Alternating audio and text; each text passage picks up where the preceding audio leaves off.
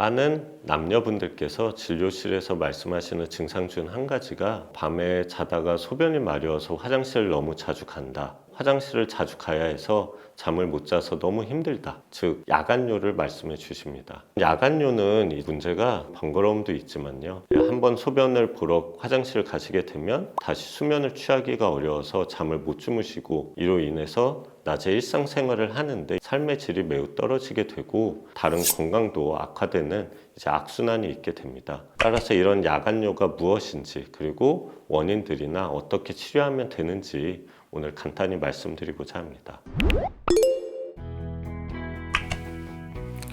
안녕하십니까, 골드만 비뇨기과 이창기 원장입니다.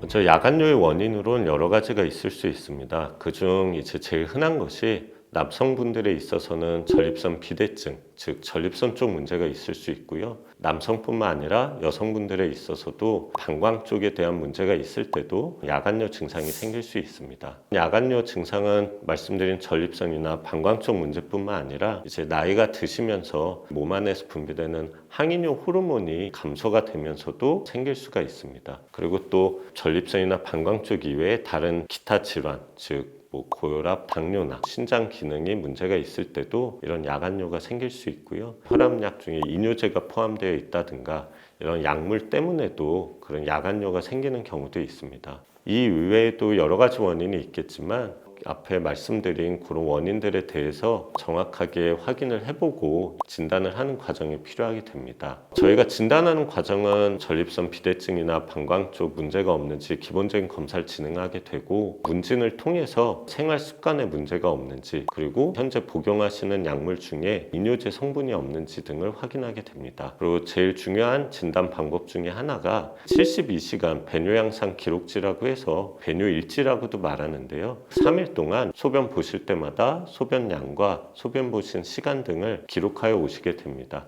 이런 기록지를 통해서 야간에 소변 보신 양이라든가 비율 등을 따져서 어떤 약을 써야 될지 그리고 소변 보시는 시간 간격이나 방광 용적 등을 저희가 확인을 해서 소변도 어떻게 보시는 게 좋은지 저희가 말씀을 드릴 수 있습니다. 이런 진단 과정을 통해서 저희가 야간뇨에 대해서 원인을 찾게 됩니다. 그중 제일 중요하게 생각하는 것이 생활 습관입니다. 환자분들과 이야기를 나누다 보면 주로 주무시기 전에 운동을 하셔서 갑자기 물을 1, 2리터 이상 많이 드신다든가 아니면 주무시기 직전에 과일을 드시거나 갈증이 난다고 물을 몇 컵 드시고 주무시는 경우들이 있는데요. 제일 중요한 점은 주무시기 2-3시간 전부터는 물이나 과일 등을 섭취 안 하시는 게 야간뇨를 줄이는 데 있어서 중요합니다. 그리고 주무시기 직전에 다시 한번 화장실에 가셔서 소변을 보고 주무시는 게 중요하고요. 낮에 충분히 수분을 섭취하시라고 말씀드리고 있고 수분을 섭취하시라고 하면 환자분들 중 일부는 물이 아닌 또 커피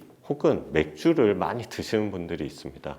하지만 이는 소변을 더 자주 보게 할 수 있기 때문에 반드시 낮엔 충분한 수분을 섭취하시는 것이 중요하겠습니다. 그리고 중요한 점 중에 하나가 주무시기 전에 보통 약물을 드시는 분들이 많습니다. 이때 중요한 점은 약을 드실 수 있는 정도의 소량의 물만 드시는 것이 이런 야간뇨를 줄이는 데 도움이 될 수 있으니 참고하시면 좋을 것 같습니다. 그리고 또한 중요한 점은 잠을 깊이 못 자서 이제 선잠을 자다가 요의감이 있어서 소변을 보시러 자꾸 가시는 경우도 있기 때문에 수면의 질을 높일 수 있는 방법. 최근에는 많은 분들이 주무시기 전에 핸드폰을 자꾸 보시게 되는데요. 이런 습관도 좀 개선해 주시는 것이 수면의 질을 높일 수 있고 불면증 원인 중에 수면 무호흡증이란 것이 있는데 혹시 이런 것은 없는지 한번 확인을 해 보시는 것이 전반적인 야간뇨 치료에 도움이 될 수 있습니다.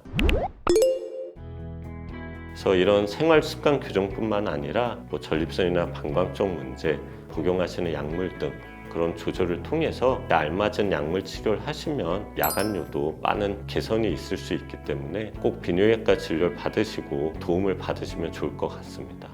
감사합니다.